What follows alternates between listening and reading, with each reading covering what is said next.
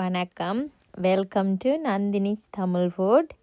இன்றைக்கு நான் கட்லட் செய்ய போகிறேன். அதுவும் டின் ஃபிஷ் கட்லட் தான் செய்ய போகிறேன்.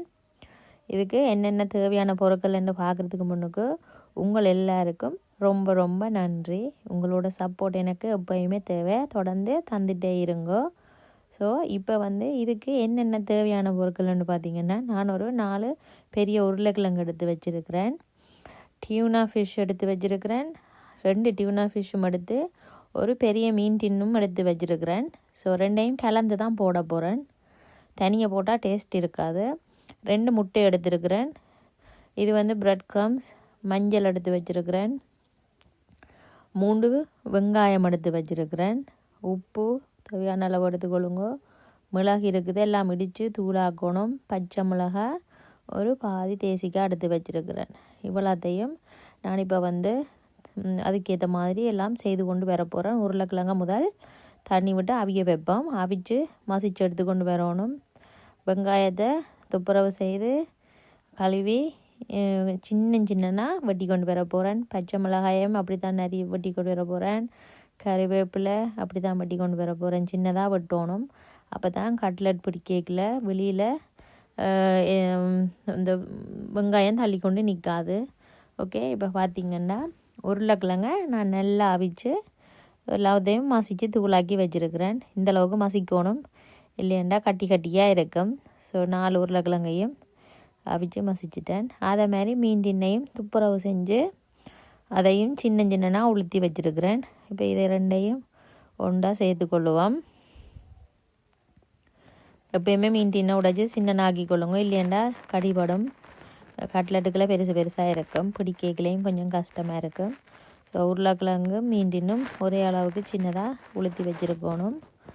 ஓகே, இப்போ இது நல்லா ரெண்டையும் கலந்து போட்டு உருளைக்கிழங்கும் மீன் டின்னும் சரி சமனுக்கு கலவடட்டுக்கும். ஸோ அதை நீங்கள் தொடர்ந்து கலந்து வைங்கோ, கலந்து கொள்ளுங்க. இது எல்லாம் ரெடி பண்ணி வச்சிங்கன்னா இலகுவாக செய்துட்டு போயிடலாம். ஸோ இப்போ நான் மீண்டின் இது ரெண்டையும் நல்ல வடிவாக கலந்து கொண்டுட்டேன்.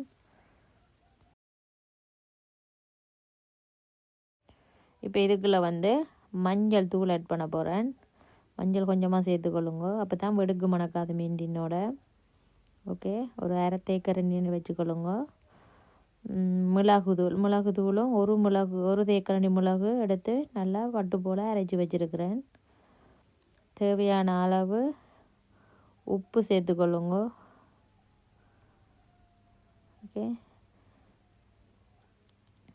இதில் தேவையான அளவு வெங்காயம், பச்சை மிளகாய், கறிவேப்பிலை 3 சின்னதாக நறுக்கி வச்சுருக்கிறேன். அதை தான் இதுக்குள்ளே சேர்க்குறேன். பார்த்து தேவையான அளவு சேர்த்துக்கொள்ளுங்க. ஓகே, நல்ல சின்னதாக வெட்டணும். அப்போ தான் கட்லெட்டுக்கு வெளியில் தள்ளி கொண்டு நிற்காமல் இருக்கும். கட்லெட்டோடு சேர்ந்து பிடிபடைக்கையும் அங்காளையும் இங்காளையும் தெரிப்பட்டு நிற்காது. ஸோ சின்னதாக வெட்டுங்க வெங்காயம், பச்சை மிளகாய் ரெண்டையும். ஓகே, இதுக்குள்ளே இப்போ தேசிக்காய் பாதி எடுத்து நான் அதையும் புளிஞ்சு விட போகிறேன். ஓகே, பாதி தேசிக்காய் காணும். இப்போ இவ்வளோத்தையும் என்ன செய்யணுமெண்டா எல்லாம் கலவடுற மாதிரி வடிவாக மீன் டின், உருளைக்கிழங்கு, வெங்காயம் எல்லாம் கலவடுற மாதிரி நல்லா பிசைஞ்சு கலந்து விடுங்க.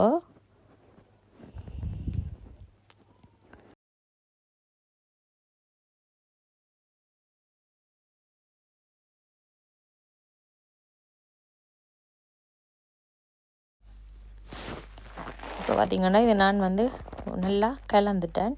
இதை நீங்கள் என்ன செய்யணும்னா அளவான உருண்டைகள் எல்லா உருண்டையும் சரி சமனாக இருக்கணும். அப்போ தான் பொரிச்சு எடுக்கல பார்க்க அழகாக இருக்கும். ஸோ இதை ஒரு அளவான உருண்டையாக கையில் எடுத்து நல்லா வடிவாக அமர்த்தி உருட்டி கொள்ளுங்க. இல்லைன்னு சொன்னால் பொரிக்கும் போது உடைஞ்சு போடும். இப்போ இந்த அளவு எடுத்தீங்கண்டா கையில் அதை வடிவாக உருட்டி எடுங்க கையில். ஓகே, இப்படி உருட்டுங்க. நல்ல வடிவாக அங்காளம் இங்காளம் அமர்த்தி உருட்டுங்க.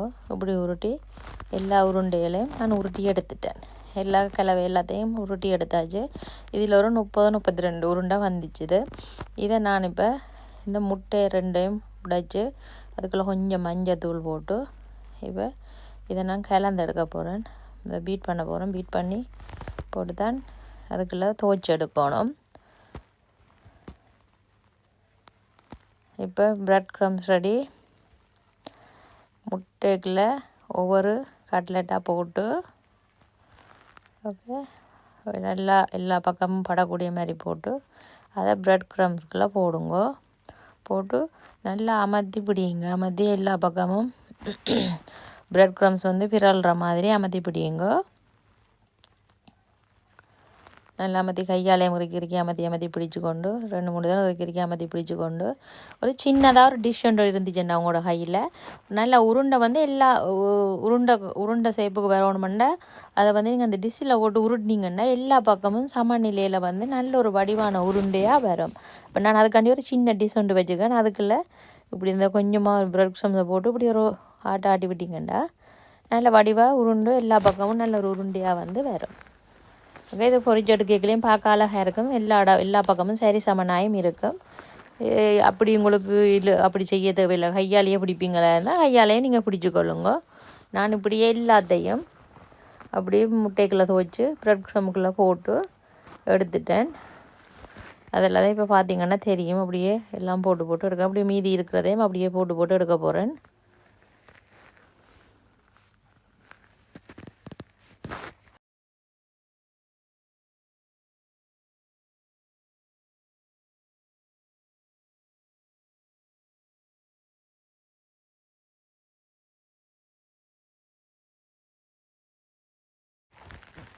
இப்போ பார்த்திங்கன்னா முட்டையில் எல்லாத்தையும் போட்டு எடுத்து பிரெட் க்ரம்ஸ்லையும் போட்டு வடிவாக அழகாக உருட்டியாச்சு. இப்போ இவ்வளோத்தையும் பொரிச்சு எடுக்க போகிறேன். ஒரு பாத்திரத்தில் தேவையான அளவு எண்ணெய் விட்டுக்கொள்ளுங்க. எண்ணெயை விட்டு நாங்கள் இவ்வளோத்தையும் பொரிச்சு எடுப்போம். வாங்க, ஒரு பாத்திரத்தை அடுப்பில் வச்சுட்டேன். இதை எண்ணெய் நல்லா கொதிக்கணும். இல்லைன்னு சொன்னால் கட்லெட் உடைஞ்சி தூளாக போயிடும், எண்ணெயெல்லாம் பழுதாக போயிடும். ஸோ எண்ணெய் நல்லா கொதிக்க விட்டுட்டு இதுக்குள்ளே நாங்கள் போட்டு எடுப்போம். பார்த்திங்க தானே, எண்ணெய் நல்லா கொதிச்சிருக்குது. இதுக்குள்ளே போடைக்குள்ளே போலான்னு பபுள்ஸ் வருது. இப்படி தான் இருக்கணும், அப்போ தான் உடையாமல் வரும். இதுக்குள்ளே நான் ஒரு 4-5 போட்டு பொரிச்சு எடுக்க போகிறேன்.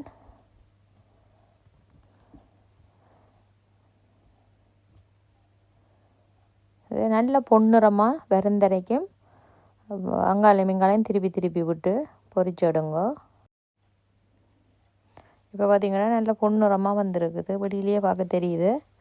இதை எண்ணெயை வடித்து எடுக்கணும். ஒவ்வொன்றையும் எண்ணெயை வடித்து எடுப்போம். இப்படியே மீதி கிடக்கிற எல்லா கட்டளையும் நாங்கள் போட்டு பொரிச்சு எடுக்க போகிறேன்.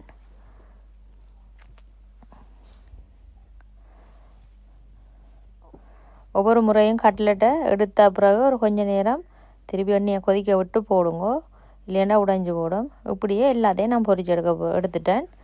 இதை இனி இப்போ இப்படி இருக்குன்னு பார்ப்போம். வாங்கோ. இப்போ பார்த்திங்கன்னா சுவையான முறுமுறுப்பான கட்லெட் ரெடி ஆகிட்டுது. நீங்களும் இதை செய்து பாருங்க. உங்களோட ஃபீட்பேக்ஸ் எல்லாம் எனக்கு எழுதி அனுப்புங்க. தொடர்ந்தும் எனக்கு சப்போர்ட் தாங்கோ. இதே கட்லெட்டை இன்னொரு விதமாயும் செய்கிறத நான் உங்களுக்கு காட்டித்தரேன். அதை வித்தியாசமான முறையில் செய்கிறது, வெங்காயமெல்லாம் தாளிச்சிட்டு செய்யணும். அதை நான் இன்னொரு நாள் உங்களுக்கு செய்து காட்டுறேன். இதை நீங்கள் செய்து பாருங்க. உங்களோட சப்போர்ட்டுக்கு மீண்டும் நன்றி.